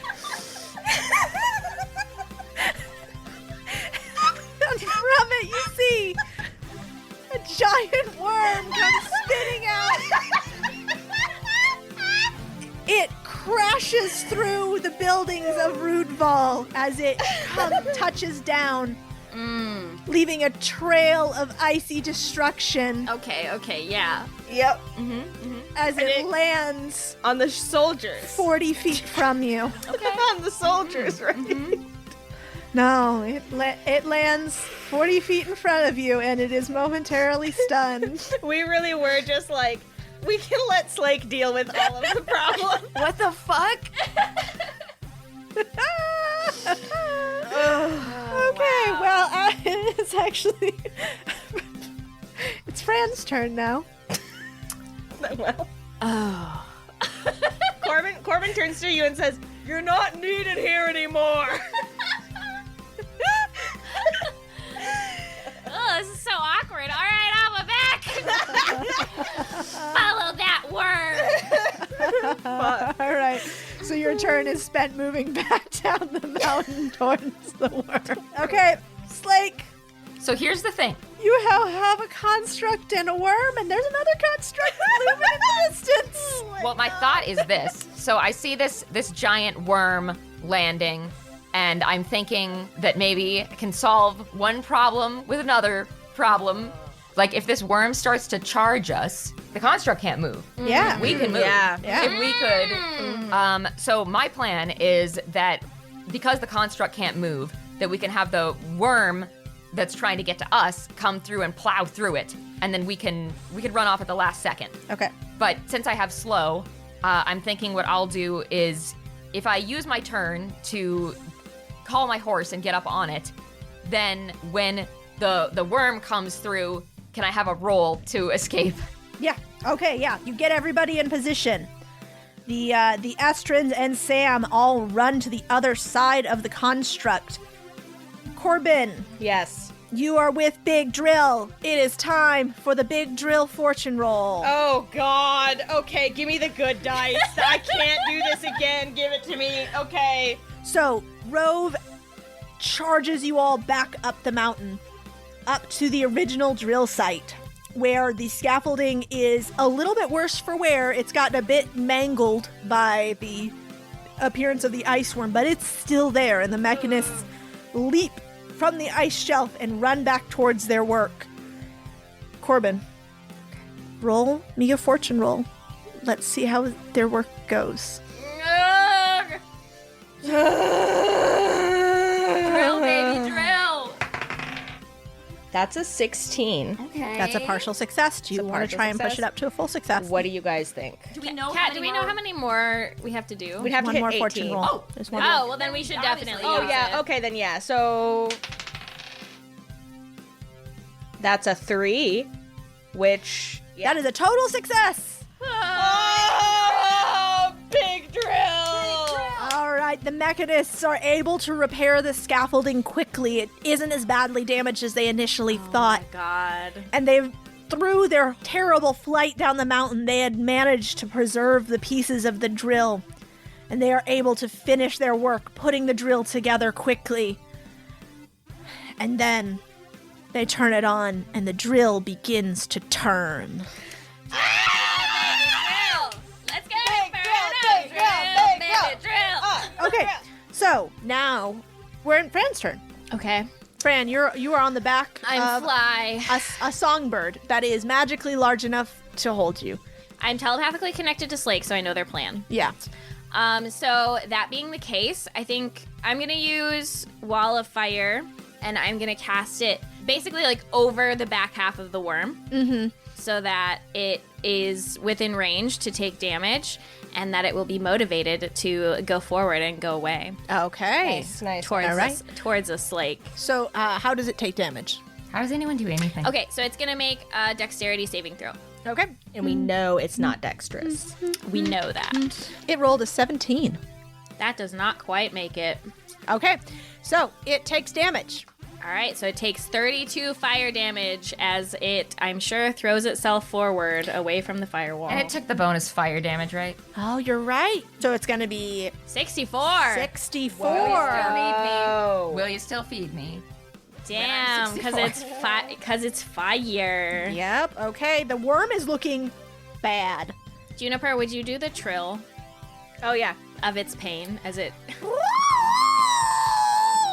I love worm. Really good. All right, take out that construct, Wormy. All right. Let's so, go. the worm charges away from the fire. The worm is going to charge directly at the construct, so I guess I'm going to roll against the construct. And then just like have to roll to get out of the way. Yep. Okay, so that is going to, yeah, that fucking hits that. So now we find out if Slake dies. All right, so it is going to hit Slake. Can you go ahead and roll me a dexterity saving throw? All right. 14. Okay. I do have That's a pretty good roll. relentless endurance where I can drop to 1 hit point instead of 0 hit points if I Okay. need to. Okay. Yeah, you're going to need to. Oh, no. Okay. That is going to be 23 damage. Okay. That does actually leave me with 1 hit point anyway. Okay. All right. Look at that. So I'm doing great. So it's like as the worm is charging at you, you try and get out of the way. You are on your horse. You are trying to get it in gear. And yet the worm is so much faster than you were expecting. And it clips you with its icy hide. As it touches you, you are going to take 3d6 cold damage from its freezing body, which is going to be a cool 10. Okay. So normally that would kill me. However, yeah, I'm like barely still alive. You are just barely still alive enough that you and your horse are able to make it out of the way, and it also transfers those 23 fighting damage against the construct and the 12 freezing body damage, which is going to be just enough to absolutely fucking obliterate it.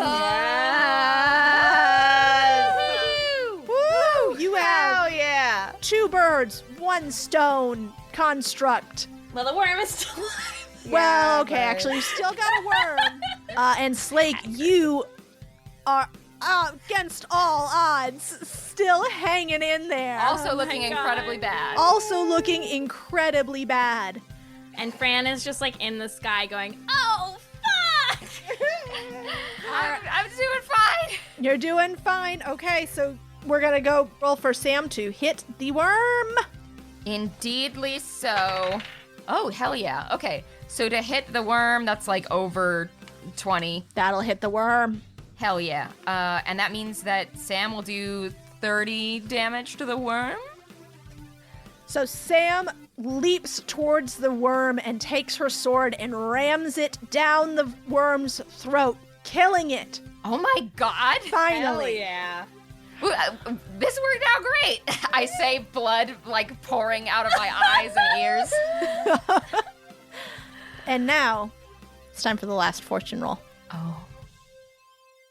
So while all of this has been happening, this battle raging from the mountaintops to the fields to the streets of the city, Raskar has been making his way towards the gates to Essedel, destroying any soldier in his path, heedless of what colors they wear. He has a small band of warriors gathered around him, all painted with white ash and smeared in blood. His path finally takes him to his destination, the great doors of Rudval, which are currently blocked by Mary and the island she's holding there. Wea steps in front of Mary, but her eyes lock with Raskar, and she seems frozen, unable to act against her brother god. Their eyes lock, and then Raskar takes a running leap and comes down with a heavy crash into the soft Estrin soil. Mary looks at him, looks at Wea, and realizes that her protector cannot act to save her. She pulls her hands from the ground and wraps herself up in her shield, but it won't last long unless she's able to fight back. All right, guys. Who wants to make the fortune roll? Oh my god. Not me! Not me! I'm gonna do it. Can we have Ava give like a blessing on your dice roll or something? No, we We just- can't do anything. You just have to roll it. What if we didn't? You have to roll it. You remember when you said, like, you could just see me sitting there thinking what's going to hurt you guys? I hate you, cat. I remember. I knew 3 things would hurt you. Big drill. Big drill. Mary. Okay, Okay. that's a 15. A 15? All right. We can use. This is our last roll, right? Yes. Yeah. So let Might us as well. let us use Ava. Okay. Yeah. We're gonna use Ava's turn to impart a blessing upon Mary. Okay. Go ahead and roll me that d10. Okay. See if you can push this up to a total success. Is that a 10? I rolled a 10. Mary's yeah. gonna beat his ass. Yeah! Kill him! With, All right. with the support of Ava. With the support of Ava. Yes. All right. Raskar slams his mace down into Mary's shield over and over again. Mary holds as long as she can, and then when Raskar's mace is raised above his head, she drops the shield and rolls away. A trill from Ava lets her know just how fast she needs to move, so that Raskar's mace slams down into the ground where it is stuck in the stone. As he tugs his weapon free, Mary gets behind him and unleashes a wave of force, which shoves him back towards the edge of the island. However, during all of this, Mary had to drop her shield. And a voice coming up from below says, "Well, well, well." And then an arm pushes through the crack between the door and the island. And then a blonde head appears as Orestes leverages himself up onto the top of the island. This is fine. And he says, "You know," and he brushes some dirt off of himself, "this is exactly what I always imagined this family reunion would be like."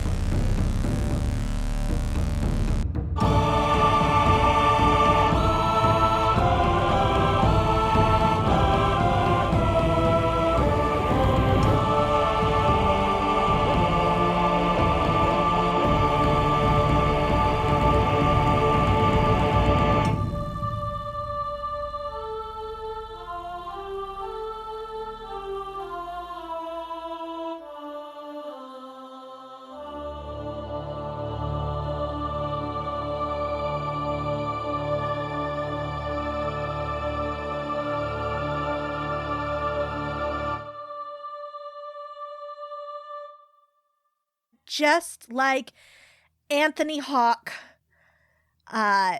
It goes up the ramp, Yep.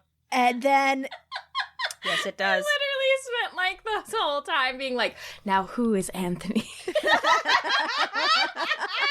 Anthony Hopkins. You know what? He gets that a lot. he gets that a lot.